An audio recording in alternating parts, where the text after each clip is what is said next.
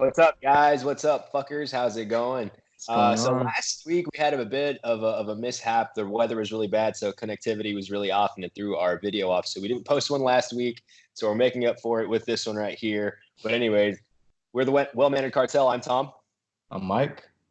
Marlon. And I'm Chris. And we're going to get into the recaps for week 8. And we're going to start off with the Bangkok Ladyboys versus Vino Poppies. And this is 3 wins in a fucking row for Vino Poppies. The Delfino Poppies no more. 140 for the Vino Poppies. He's the three-no Poppies, bro. The three-no Poppies. 140 to 115. Julio Jones had himself a game, 40.20 points. Julian Edelman with 27 points. That's surprising. And really, the Bangkok Ladyboys, Jared Goff went off, got 35 points, but everybody else kind of underperformed, you know? Yeah. So actually 115 ain't a bad score for the Ladyboys. He's actually outperformed his season average, I think, with that. but yeah, that's three wins in a row for Vino Poppies, who's he's on a bit of a run right now. He's not out of it, you know, he's not out of it yet at all. So especially with him having AJ Green on his he has AJ Green, right? I thought he had AJ Green. He has AJ. Vino Poppies has him on his bench.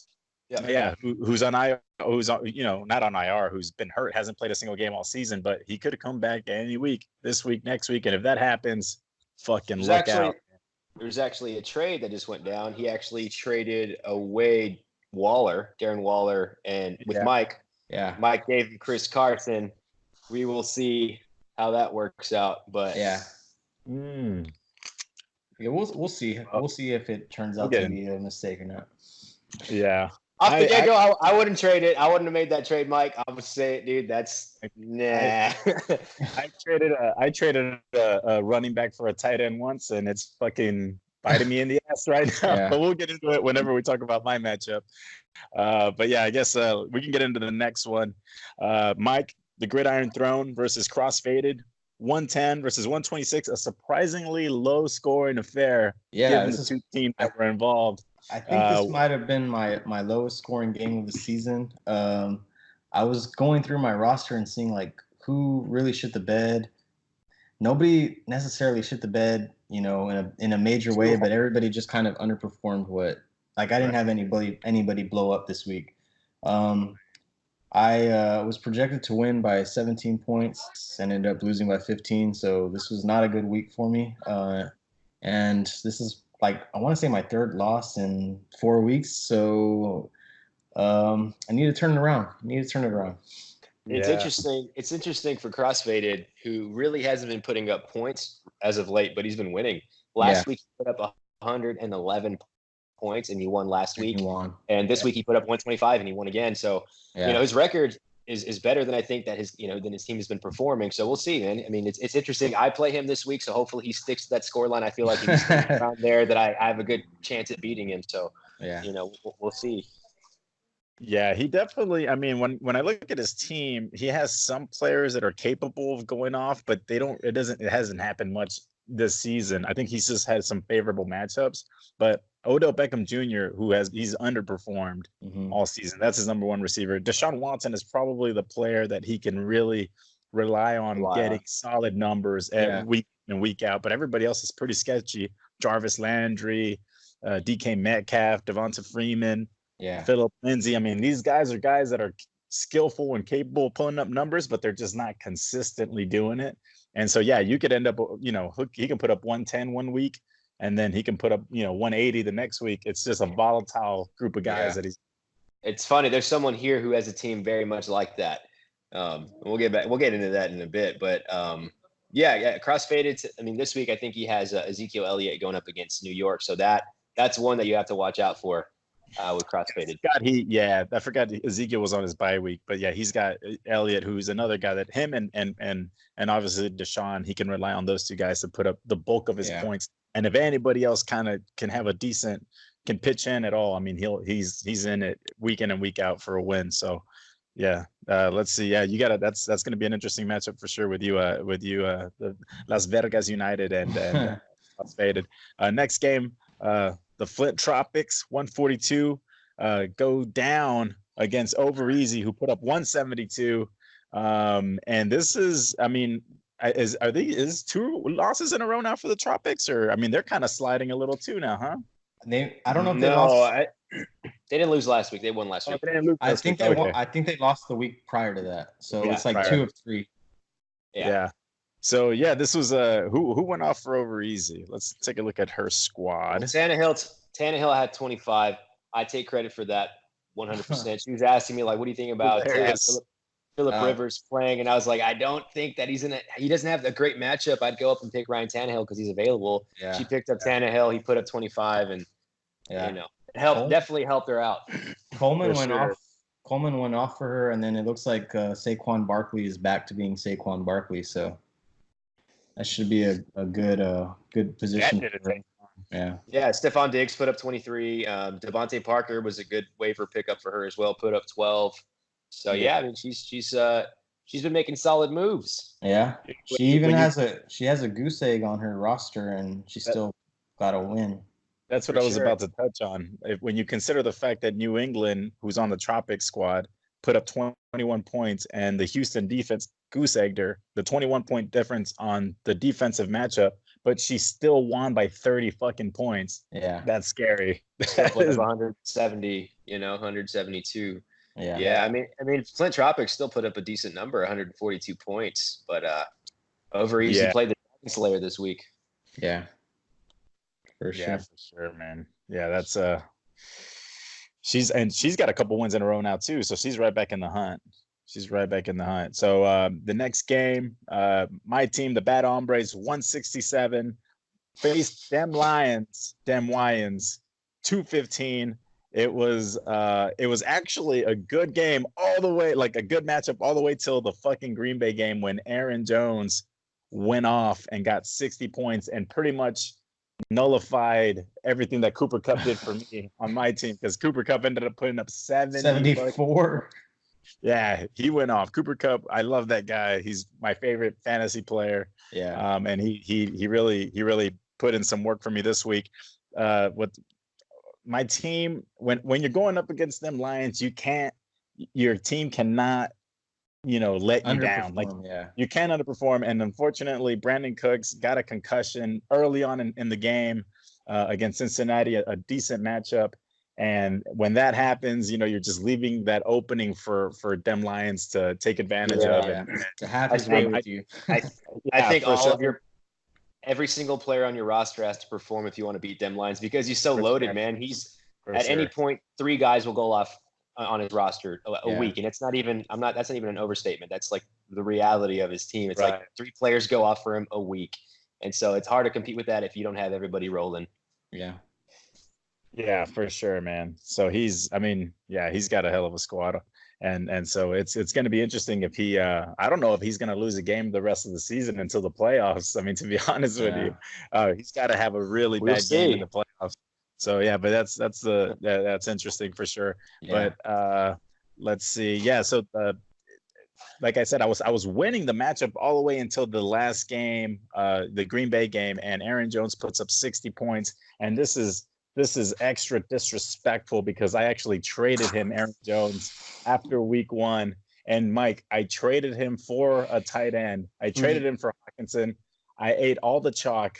And I just went for Hockenson because I thought I could secure my tight end position after the first week. Traded Aaron Jones. Aaron Jones, at the beginning of the year, if y'all remember, Green Bay wasn't even running the fucking ball at the 1, dude. They were doing everything they could to keep Aaron Jones out of the fucking game. But he's come alive, dude. Aaron Jones in the last, couple weeks or last month has just gone insane. So he's a solid top since running week back. 2, bro. All season he's been solid. That week 1 he was off and on. He was off and on, like, because he would have a good game, and then Williams was taking some of his snaps away. But then once Williams got hurt, he was gone for like a week or 2. Aaron Jones just fucking took over, and he has balled out ever since. So it was a bad trade on my part. That's why, Mike, you should have learned from my mistake, and I would not have traded Carson for Waller, even though Waller's a beast of a tight end. Yeah. But but who knows? It might work out. I mean, just in terms of volume, man, like you're not relying on the quarterback to get you points. Like, because Right. if you're a tight end, you have to rely on the QB and matchups. Yeah. Whereas if you're a running back, you're going to have that frequency throughout, no matter Yeah. what. For And I know a Aaron touchdown. Jones. I felt comfortable because I had Nick Chubb also, and Nick Chubb already is passes by, so I'm like I feel solid with my running back position. I was using Chris Carson in the flex, so Yeah. we'll see We'll if see it how works it out. pans out. Yeah. It'll be interesting. Yeah, I just I've been underperforming with the tight end position, but I think everybody's kind of underperforming at the tight end position. So it's been a fucking a hell position to fill. Yeah, for sure. So the next game, Defensor Fortis 150 versus Culon Santo 191. Almost a big cock on the block. That's two big scores back to back, right? I mean, that's two huge scores in back to back weeks. So your team's been coming alive as of late. No, everybody did pretty well for me. I got, Mike Evans. Finally, Mike Evans. Yeah. Finally has a game. Finally, it went off for me. Everybody performed pretty well, man. Honestly, no complaints. My lowest scores were Scary Terry and John Brown. And Yeah. The only thing I could have done better was to put Calvin Ridley and Marlon Mack in place of them, and I would have broken 200. But Yeah, thought I was gonna. I think Sunday night I went to bed with the knowledge, thinking that you were going to be the big cock on the block, and then yesterday I was checking the scores. I was like, what the fuck? Damn, Lions just broke 200 again. Hey, Marlon, I don't know if you want to bring your mic closer. It's a little low. Can you hear me? It's a little low. Let me see if I can turn it up. That's up, better. up. That's better. There you go. Yeah, so Mike Evans almost got 60 points, 59 points for Mike Evans. James Conner almost 30, got 29. So those are your big points there. And let's see, Tom Brady, decent game, Brady 23 points. Yeah. It was Tom Brady. He wasn't Tim. He wasn't Tom. Yeah. Tom Brady. And Austin Hooper, dude, man, he's keeping it up week after week after week, putting up great points from the tight end position, which is such an advantage. And then your defense, Tennessee with 11, and Darius Leonard, man, 10 points from the IDP position. You can't be mad at that. So 191, dude. And Defensor Fortis 150 that's a legit fucking score, man. You put up 150 and you lose. That's a tough loss, but it's Latavius Murray, man. Latavius Murray has had two huge games back to back for him. Latavius Murray had 41 points. Drew Brees 34 points on his first week back from injury. And good for fucking Defensor Fortis for starting him and believing in him. Like, some people might not have wanted to start him, for coming back from injury. You never know, but 34 points from Drew Brees. So that was. He had a decent game too. In his defense, I mean, there was little he could have done, given that most of his big names are. Because I'm so chingo. There was very little he could do. No. I mean, like I was gonna say, it's not like he made bad choices. Is what I'm saying. Yeah. Marlon's team is another one of those teams that's kind of bipolar, man. 2 weeks ago, your team scored 95 points, Marlon. No. And then you almost put 200 up, and so that's just kind of like your team's wild, man. It's interesting. For sure. It's fun to watch. Last game, Ass and Titties, 169, gets the W over Las Vegas United, who put up 140. The ass is greater than the dick in this instance. Dude, I mean, that's a good score too, Tom. You can't really be too upset with your squad. I was trying to see if you or what happened. I didn't really see nothing jumped out at me. So before Monday night, I was like, man, I shouldn't have started Chase Edmonds. I should have started Devin Singletary. And I would have won. But then Monday night happened and Juju had a game, and I was like, nah, it wouldn't have mattered. But I mean, what is crazy to me is that he had 2 spots to fill before Sunday, and he went out to waivers and he picked up 2 players and they went off. Amendola had 18 points. Jeez. And then the big one was Miles Sanders with 28, who he picked up right before God damn. kickoff on the waiver wire. off the waiver wire. I thought about picking him up, and I was like, no, Miles Sanders ain't going to do shit the rest of the year. He matched put up numbers, but he matched I'm not Dalvin Cook for you. Yeah, I'm not going to waste a waiver on him. And yeah, man, he picked up Miles Sanders, started him, and he put 28 points up for him. So against Buffalo. Yeah, and exactly. I was like, I got this in the bag, especially because he has David Johnson and I had Chase Edmonds, and David Johnson was ruled out, and I was like, oh, I got it in the bag. David Johnson is out. I got Chase Edmonds. He's the only guy getting the ball.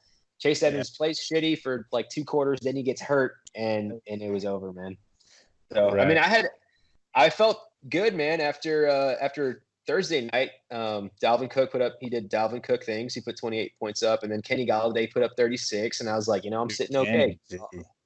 I said I'm okay, and then the rest happened, man. So it was a tough game. I'm okay with my team. I think my team's fine. It's just I definitely need to start winning because the playoffs are right around the corner. Yeah, I think we all feel that way right now. All of us are kind of.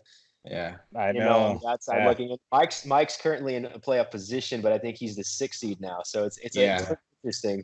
Yeah. Go ahead, Mike. I was gonna say if I lose this week, I'll have a losing record. I'll be below 500 for the first time all season. So made it this far. I want to stay above 500. The chat is asal, bro. The chat is asal. You're fucked. You're gonna lose now. Hey, so get into the standings real quick, Tom. Yeah, for sure. So the Earth Division, Dem Lions, of course, is number 1, 6-2. He's put up 1496.32 points. He's almost at the 1500 mark. So he's blowing everyone else out in terms of points. Number 2 is Defensor Fortis at 5-3. He lost. He was tied for that sort of first place spot with Dem Lions. He's put up 1083.94 points, and he's still got a pretty strong team. He can still make some noise. And he's still in a playoff position. Then it's Las Vegas United, yours truly, 3-5, 1050.70 points. And then finally, tied with 3-5 with a 3-5 record, 1011.86 points scored is Vino Poppies. So it's interesting because he's kind of been back there for so long, and kind of nipping at my heels. We have the same record, and now the only separate us like points. So yeah, man, it's interesting. Definitely this and it's funny because we're both actually in a wild card fight, between the rest of the league. So it's an interesting deal. The Win Division, Aston TDs improves to 5-3. He's put up 1161.96. His team is, like we just talked about, he's making the right moves on waivers, and they're coming through for him. Crossfaded again, 5-3, 1079.24 points scored. Then it's Over Easy, 4-4. She gets to 500, 1181.50 points. Scary team, like we've been talking about all year. And then finally, the Bad Hombres, Chris, 2-6, 1112.38 points scored. So that division still looks pretty interesting. Chris, you definitely just start winning some games, man. Yeah, dude. The thing is like I think a lot of it has to do with the matchups that we've had. I know we talked about it with Crossfaded. He's actually the lowest scoring member of the division. And so, but he's in second place. He's right there. 3 more wins than you. Right, and I've actually outscored him overall season total. So that's the fun thing about fantasy, man. From week to week, you never know what's going to happen and who you're. Yeah, even if you're putting up points, you can run, come up against some guy that's just going to put up 200 and you're fucked. So as much as we want to turn this into a science, so much luck is involved, right? It is for sure. It's a game of luck, science, sure. but it's definitely there's luck. There's a lot luck. But I mean, you're still not out of it, man. You string together a few wins and you're not out of it. That's you're a couple of games back from the lead in the division. So, but if you lose this week, you might be out of it. Yeah, I might be out of it after this week. And I got a bunch of guys on bye, but we'll figure it out. The next division is the Fire Division. Flint Tropics again. After coming off a loss, he's 5-2-1, 1295.52 points. He's still sitting at the 2nd seed in the playoffs. Next is the Gridiron Throne, 4-3-1, 1187.88 points scored. Yeah. He's currently the 6th seed. And Culon Santo clawing his way back into 500 territory. He's 4-4, 1161.26 points scored. And then finally, you love to hate him, Bangkok Ladyboys, 1-7. He has not eclipsed the the 1,000 mark yet. He's at 997.9. He should get there this week. He's actually the only team that has not eclipsed 1,000 yet. So, he's got a decent team, but it's just again unlucky, man. They don't perform for him. Yeah, he's really hurting with not having Adams available. He's had turf toe for 4 weeks. So yeah, if that doesn't happen, maybe he gets a couple of wins here. Those close games that he's had, maybe they go the other way. But yeah, so he's had some injury problems. And I think he's kind of one where, if he loses one more, then he absolutely has no shot. He would have to win from here on to have a chance. And so he would only get to 500, right? He can't even have a winning record at this point. Yeah, and so I don't know how likely that is. But so speaking of playoffs, let's get into that. So the playoff picture right now, as of today, if it were to start today, the 6th seed, Mike, you were I think the 4th seed last week. 2 weeks ago, you were actually the 2nd seed, but right now, Gridiron Throne finds himself at the number 6 seed. He'd be going up against the number 3 seed, which is Ass and TDs.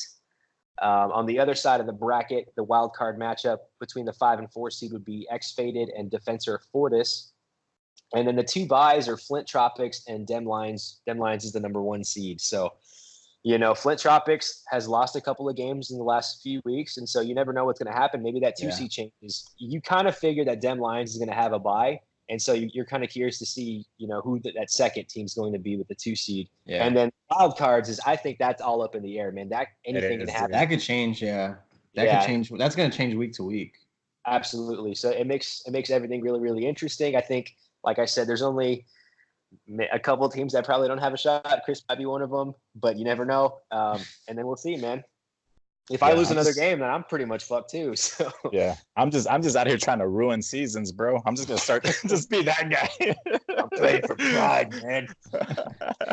Yeah, and it's a taste of what's gonna happen next season when we introduce relegation, because we're gonna expand to 2 leagues, and so it's good practice for that, man. I'm not gonna fucking throw in the towel. I'm trying to get the best fucking record I can, and hopefully sneak in. Yeah, right now, dude. Like when I'm thinking about fantasy, I'm like not even worried about seeding. I'm just like, just get me in. I just want to get me into the dance, bro. Get me into the dance. That's all I need. Quiero bailar. For sure, man. So, Chris, you want to hit the next segment? Yeah, man. Let's get into our favorite segment. Let's try to synchronize this time. Right. Ready? On 3. 1, 2, 3. Who the fuck is that guy? Who the fuck is that guy? Who the fuck is that? Oh. Whoa. Took a tumble. I got too excited. Marlon needs to chop and screw it, man. All right. So, our who the fuck is that guy for this week? Am I crooked? I'm still low crooked. It's all right. There we go. The who the fuck is that guy for this week is going to be Ryan Griffin, tight end for the who the fuck is he? The Jets. The fucking Jets. The last time I know exactly who he is. The last played time for the Texans a few years ago. For the Texans. Yeah, y'all. Yeah, the Texans drafted him, right? Y'all drafted him. Yeah, he was trashier though. Yeah. Dude, four catches, 66 yards, 2 touchdowns, 25 points. Ryan Griffin, 1% owned at the moment. Even after that, 1% owned in the Yahoo leagues. Don't pick him up. He won't replicate that. Yeah. It's never gonna happen. That's a career day for him. Yeah, for sure. So Ryan Griffin, dude. I mean, that sounds like that's the most generic fucking. That's like a FIFA name. The dudes that they fucking fill the pro club squads with. Yeah, that's just a generic fucking Sam name. Wardle. Yeah, just a random ass dude. All right. Next topic. His face looks like a template, bro. It does look like a template. It does look like a template. That's hilarious. It's just generic white dude. Like they pulled his first name out of a hat, and then they pulled his last name out of a hat. All right, the squander of the week. There weren't that many squanders, really. I was looking at all of the matchups and see who left points on the bench. Mike, you left some points on the bench, but still, I think it wouldn't have made a difference. It would have been close. But I'm gonna name the bad hombres as the squanders this week because of that Aaron Jones trade. I'm going to go back to it. My strategy to begin the season, and Tom, you kind of gave me shit about this. I picked up extra running backs. I picked up more running backs than I needed because I know that running backs are a premium, and I wanted to trade one of the running backs to pick up, a player in a position where I thought I was deficient. The problem is that I traded 2 months later. And 2 months later, it came back to fuck you. No, it fucked me right away, like 2 weeks later, not 2 months later. But instead of trading, Joe Mixon, I fucking traded Aaron Jones, and Joe Mixon's been fucking garbage, and Aaron Jones has been a top 5 running back. So after week 1, it was hard to make that decision. After week 1, you don't have a large sample size. And so I made the wrong decision. I traded Aaron Jones away, and he's been, if I would have kept Aaron Jones, I'd be right in the thick of things, dude. I'd be undefeated. Yeah, I'd be almost undefeated because Aaron has been going off for sure. Yeah. That's so I fucking squandered it, dude. I squandered it with that trade, and it came back to bite me fucking in full effect this last week when Aaron Jones put up 60 on my ass, and I didn't even start TJ Hawkinson. I left his ass on the bench. He got 3 points. So I fucking squandered it for sure. All right, but this next one, I know I've been picking on myself here a little bit, but now it's Tom's turn. We're gonna talk about Las Vegas United because this is the bed shitter of the week, and this dude has shit the bed for the last 3 fucking weeks. I don't even have to say his name. Tom, you know who the fuck it is, Mr. Squirts. Oh, Ertz. Yeah, dude. I thought about cutting him. You can't. Oh my god! And I thought about just picking up another tight end, but you can't not start Ertz, right? Like you have to start him because it's fucking Zach Ertz, and it's just like he fucking bites me in the dick every week, bro. It sucks. Dude. You know what's crazy is like he's having such a shitty year. Next year he'll go like super late round, and then he'll have a bounce back year, and whoever picks him up next year is just gonna fucking love him. Well, I mean, I feel like the part of the problem is that they don't have an over the top, threat. They need someone who is a deep threat, dude. So when Djax comes back, I think that's going to help him out a lot because you're going to have to worry about what's behind you, in the secondary. That's interesting. You're right. And I was hoping that they traded for Robbie Anderson because that was a rumor, and I have Robbie Anderson. I think that's a win-win for everybody in that situation. Yeah. And it didn't happen, so I was like, fuck.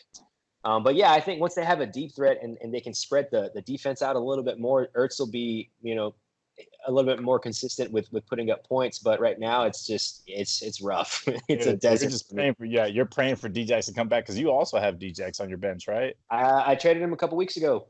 Oh, you traded him? Oh, okay. I thought he was still on your team. But you're right.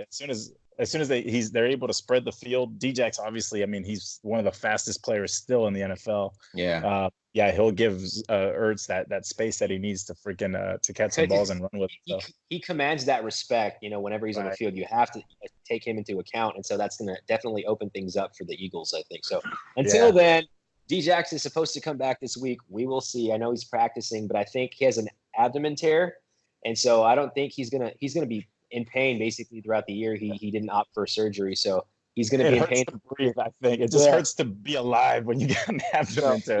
Can't sit down. Can't get up. Who knows how effective that dude's going to be? But I mean, as long as he helps Ertz out, I don't give a fuck. Let's put a bow on it. Let's summarize it this way. Ryan Griffin in one game has outscored Zach Ertz's last 3 games. 25 points for Ryan Griffin in one fucking game with 4 catches. And Zach Ertz, the last 3 games combined, I think he's at like 18 points or something. So that is fucking unacceptable from a player that consistently was going like in the 3rd round in drafts. At least you didn't draft him, Tom. At least you didn't draft. You traded for him. But you know what's crazy? You didn't fucking draft him. You know what's crazy? Is that I've had George Kittle, Travis Kelce, and Zach Ertz on my roster at some point this year. And I ended up with Zach Ertz.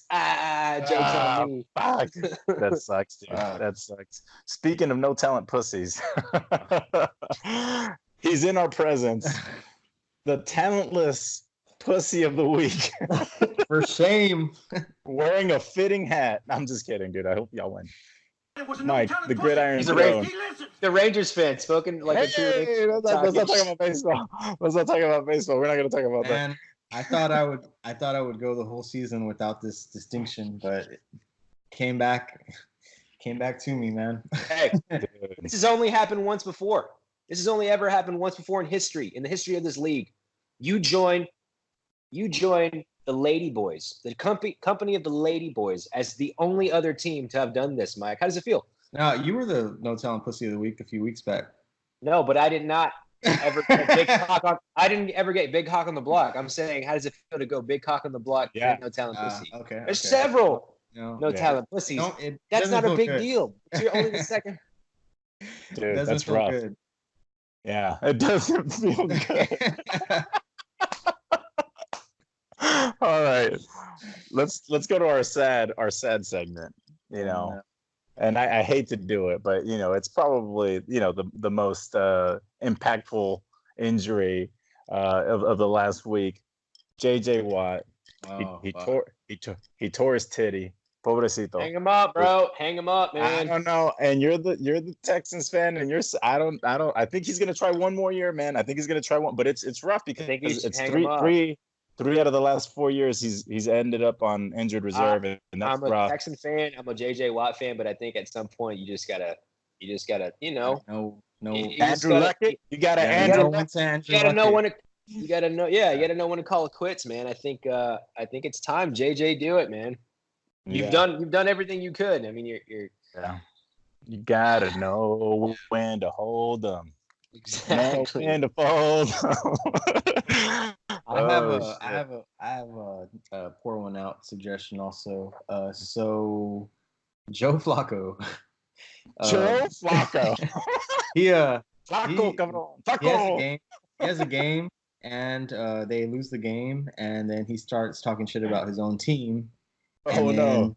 Then Monday he has a mysterious neck injury, and he was out for this coming week. So I thought you said he had mysterious neck energy there, and I was like, that's crazy. Like he walked into the locker room, people were like, holy shit, his neck is giving off so much power. He's just like, his neck is going off. Joe Flacco is starting at linebacker this week, people.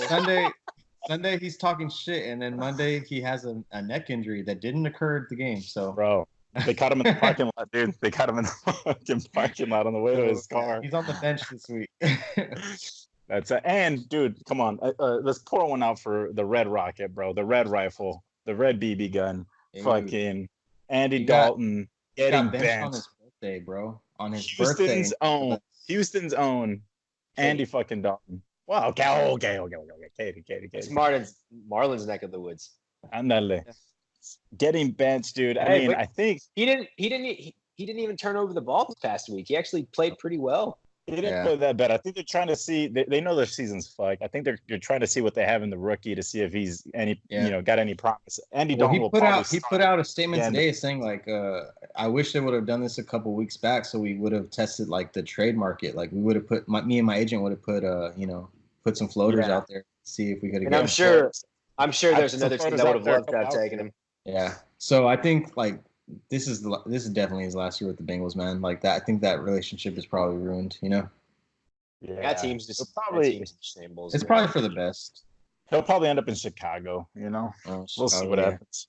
Chicago. Trubisky. Yeah, dude. All right. Passed on Mahomes and Watson. Trubisky. Damn, that's rough. That's rough as fuck.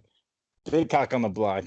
Again, what is this, like fucking 5 weeks now? Like half the time it's this motherfucker. Dem Lions, dude. The big cock on the block, 215 points. What else can we say that we haven't said about? We should bring him on the show and somebody should suck his dick. I'm not gonna draw that straw, but I mean, I don't know if the camera would be able to capture it at this point. It's too big. It's too big. It's just like this huge, it just covers like the whole. It doesn't capture it. We could just rename the segment or something, bro. We don't have to suck people's dicks. The Lion of the Week. We should just name it the Lion of the Week. It should be the Lion, and we just fucking insert the roar now, just roar, and it's just like fucking. We'll name whoever the Lion of the Week is that week. We're gonna rename the segment. It's done. Speaking of weeks, let's get into next week's game. Oh man, that was a shitty transition. Do you want to touch? Do you want to get into that? The next week's games? For sure. So we have Over Easy versus Vino Poppies. Both of those teams are coming off of Vino Poppies is on a 3-game win streak. Over Easy is on a 2-game win streak. Interesting. Someone has to lose. Maybe not because there's ties, right? We can tie in this league.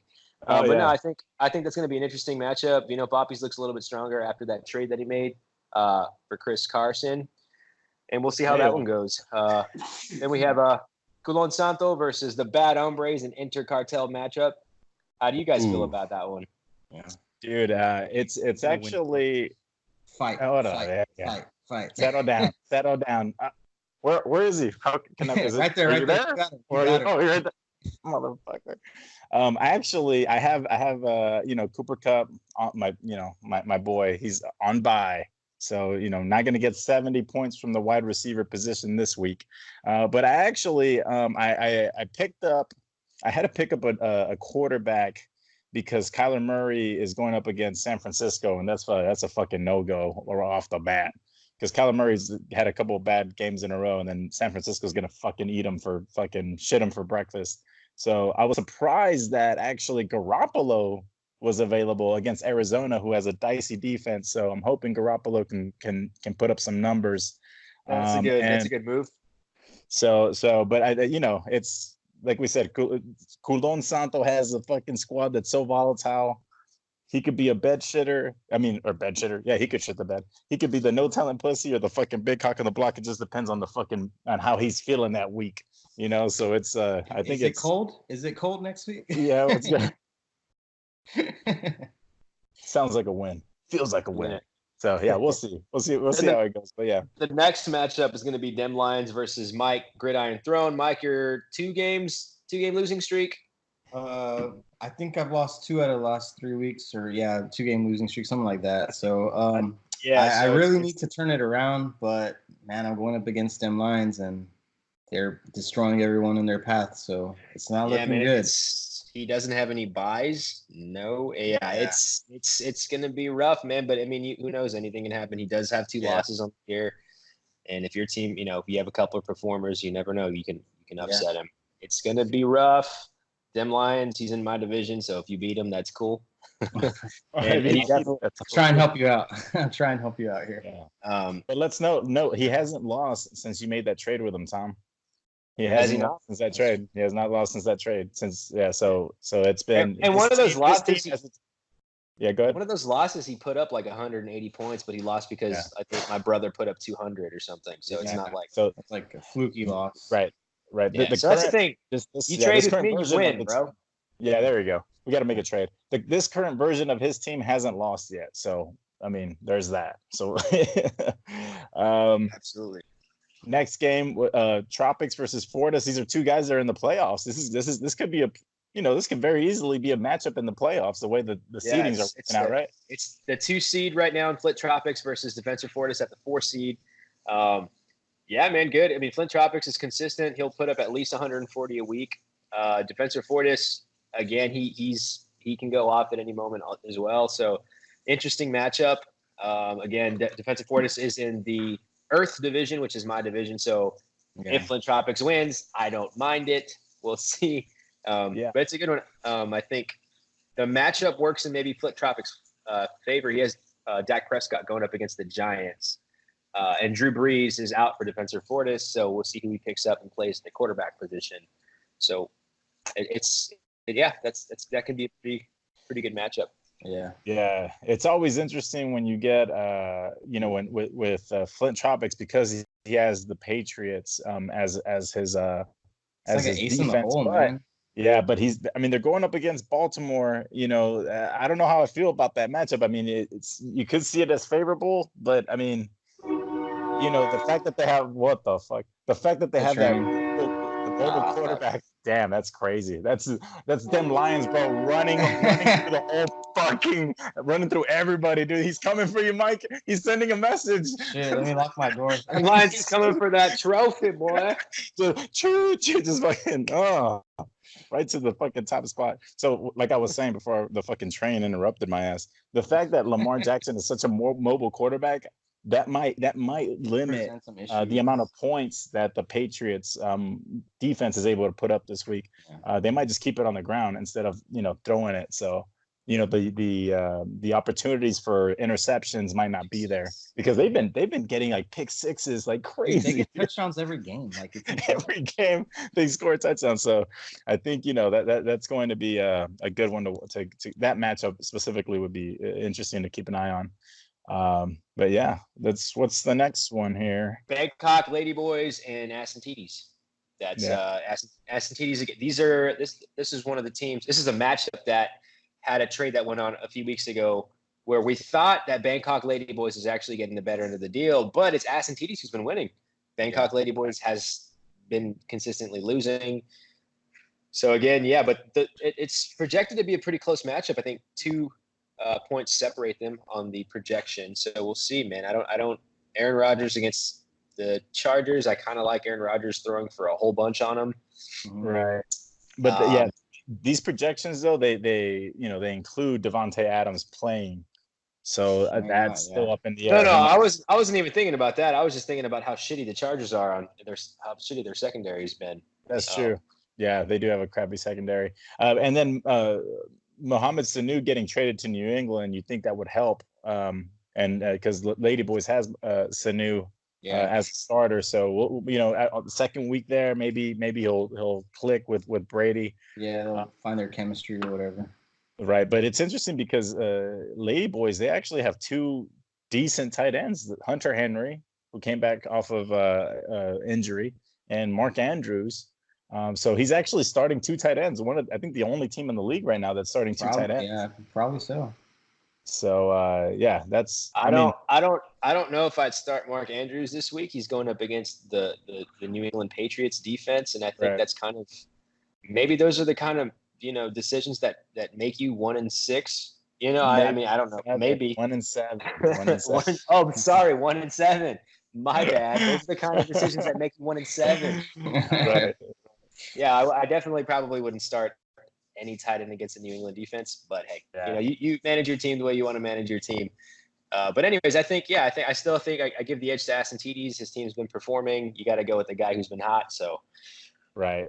And then final matchup is Crossfaded versus Las Vegas United. That's me versus my brother. Crossfaded has won the last 2 games, but hasn't been putting up points. So hopefully, like I said earlier, he stays around that threshold, and I continue scoring the amount of points I have been. I just been unlucky the last few weeks. But it's I think I have good matchups coming up. I am worried about Zeke going up against Dallas. He has Zeke. I mean, going up against the Giants. Yeah, that could be a lot of points potentially. And Dak, I mean, the first time he played the Giants went off. So I mean, and he's probably going to start Dak too, right? Doesn't he have Dak? Yeah. No. Dak was it was last game. Oh, okay, sorry. Oh, Dak was 2 games ago. He plays for the Flint Tropics. He has Deshaun Watson. He has Deshaun Watson, who's going up against Jacksonville. So I mean, Jacksonville isn't where they used to be, but I think it's a formidable defense. And so it's a division rivalry. And it's in London. I mean, that's kind of funky with the travel and shit. Of me, I mean, I'm a Texan fan, so I hope he performs, but I hope he doesn't put fucking 70 up on the board like he did a few weeks ago. Yeah. But yeah, I mean, I have some pretty favorable matchups as well. Kenny Golladay goes up against Oakland. Dalvin Cook goes up against Kansas City. Ooh. So I have Devin Singletary go up against Washington. So I mean, it's pretty split the matchups. Yeah, Dalvin Cook might get 100 by himself. Oh yeah, he might run. He's gonna run all over that fucking defense. Aaron Jones got 60. Shit. Yeah, and I actually traded for Dalvin Cook's handcuff this past week. I traded for Madison. Over Easy actually had him on her bench. He was going to cut him. And I was like, wait, before you cut him, just trade me because I need him. He's putting up like 4 points a game, but it's just like if anything happens to Dalvin Cook, I am so screwed. So I had to pick him up. And so that dude is like officially on my roster. Dude, real quick on Madison. If he was on any other fucking team, dude, he's a fucking animal. Fucking player, dude. He's an amazing fucking player. I saw him, I think it was at the end of the last game. It was Thursday night, right? Dude, he was just running over dudes. He looked like he was running through. dude. He was running over like kindergartners, bro. He was, dude. And I think it's because he's so young. Like he's like 22. He doesn't give a fuck. It's his first year in the league. He's fresh, dude. He's running motherfuckers over, dude, just trucking. Dude. He's running over custodian kindergartners, man. It was insane. Yeah, man. So just shout out to Madison, man. If he gets traded to like Philly or it gets traded to like a team, I don't know, anywhere else, he's gonna be a fucking monster, man. He's gonna be a monster for sure if he's a starter somewhere. So but again, if Cook goes down, then I don't think you get it's crazy to say this, I don't think you get much of a drop off even if Cook goes down. So that's a good pickup on you. He has so much ability, a lot of talent. I just felt like if he goes down, I'm screwed, so I have to pick up his handcuff, and I did. But I think, and it's interesting, I think like you and me, Chris, specifically, like we're going up against each other's divisions. So like I'm rooting for you to win, and I'm, like it's been like that for the last couple of weeks. Sorry, we haven't been helping each other out because I've been losing too, but we still have this week. Come on, do it for the bros. Do it for the bros. Oh shit, for those bros. Anyway, man. So that's next week's. Yeah, that's it. That's all the recap for next week. So man, we're right in the fucking thick of it, man. Yeah. This is like the dog days of fantasy right now. I'm drinking. I'm like, I need it, man. we might have some teams locked in, in the next couple of weeks or so. Like, I wouldn't be surprised if the at least the 1 seed is locked in the next 2 weeks. It could be, but it's also, everybody has a couple of losses. It's not like some. I don't know. I don't know if the 1 seed can be locked in, but you can definitely lock up a playoff spot. He might lock up a playoff spot, and kind of like if he loses a couple of games, he might, go down in seeding. Right. Right. But we're talking about them Lions. Lions. But yeah, so anyway, good luck to the Astros. This is Game 7 of the World Series is going on as we speak, I think, right? Just started. This will be yesterday, so we don't know what's going on yesterday. Right. Yeah, good luck, Astros. Good luck to you guys this week. You two are facing each other, Marlon and Chris, so I'm sure you guys aren't rooting for or wishing the other good luck. But we'll see you next week, fuckers. All right, later.